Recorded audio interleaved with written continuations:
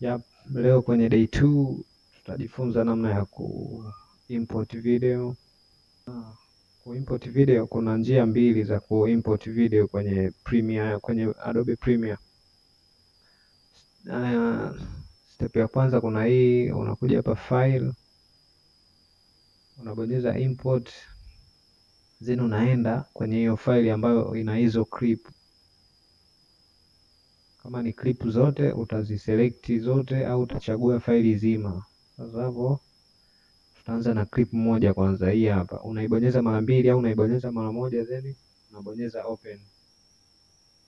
Itakuja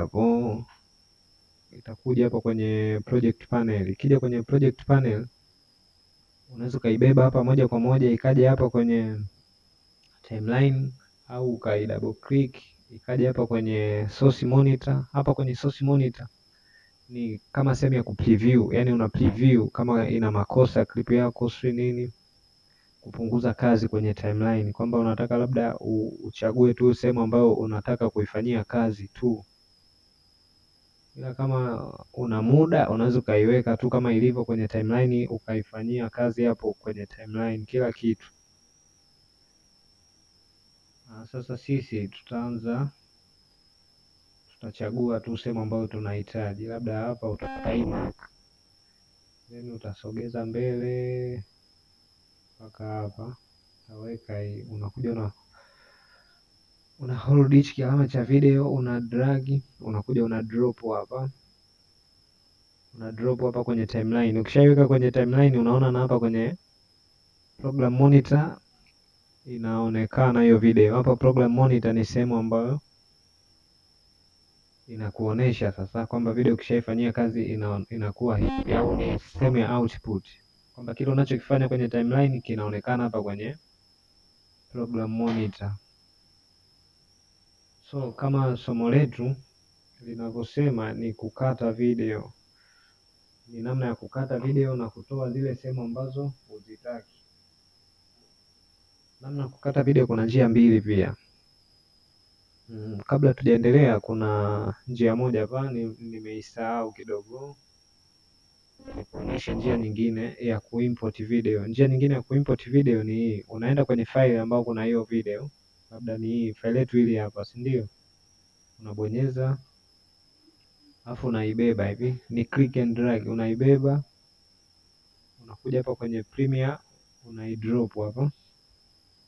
Nimedrop moja kwa moja kwenye nini, kwenye timeline hapa. Kwa labda tuanze kuikata sasa hiyo video. Hapa nitatumia space bar. Ukitumia hii space bar kwenye keyboard yako ni una play na kupause, play and pause. Au unaweza kama unabonyeza hapa hivi, una play, una stop, una play, una stop. Lakini ili we unaokoa muda, ni bora ukatumia shortcut.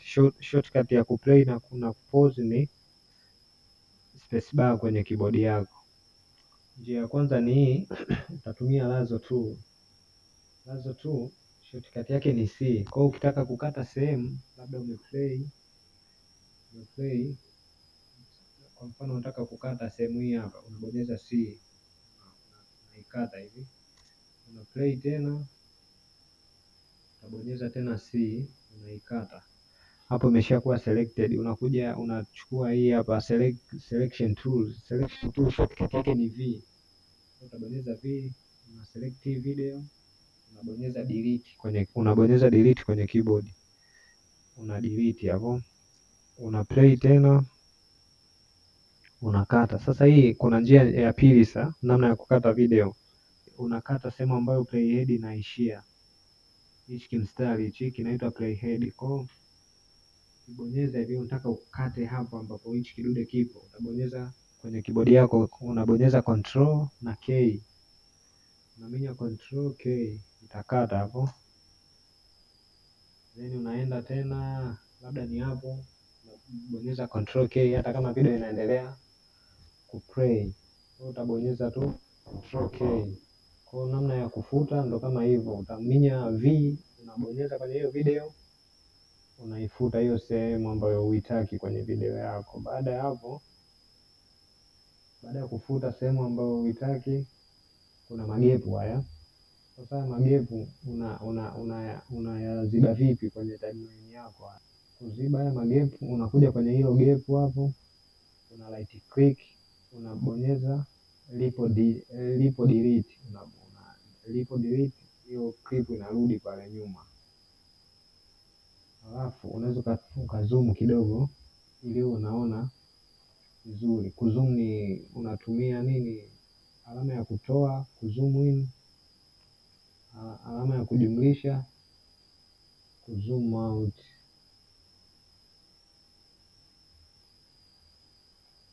Zoom out. Kwa utakuja tena sehemu ya pili hapa, una right click, una lipo delete, ile nafasi inajiziba automatic. Ukianzisha mwanzo video yako ukaplay, lazima uhakikishe kama kuna gap kwenye hiyo video yako au hakuna gap. Hamna gap. Kwa baada ya hapo sasa, umeona kwenye hii nafasi kuna namna picha inabadilika kutoka clip moja kwenda clip nyingine. Tutaangalia kwenye somo linalofuata hapo namna ya kuweka nini, transition. Picha moja inahama vipi kwenda kwenye picha nyingine. Ushauri ujizoeshe kutumia shortcut. Siku kadri unavyotumia shortcut ndivyo unavyookoa muda kufanya editing zako. Sasa leo naomba nikuache na homework. Edit video yoyote hiyo ya dakika 1, sekunde 30, uedit kwa kutumia hizo njia nilizokufundisha hapo. Alafu utaniandikia hapo kwenye comment hapo chini. Asante kwa kutazama. Kama umejifunza jambo jipya leo, usisahau kusubscribe, washa kengele ili usikose day 3.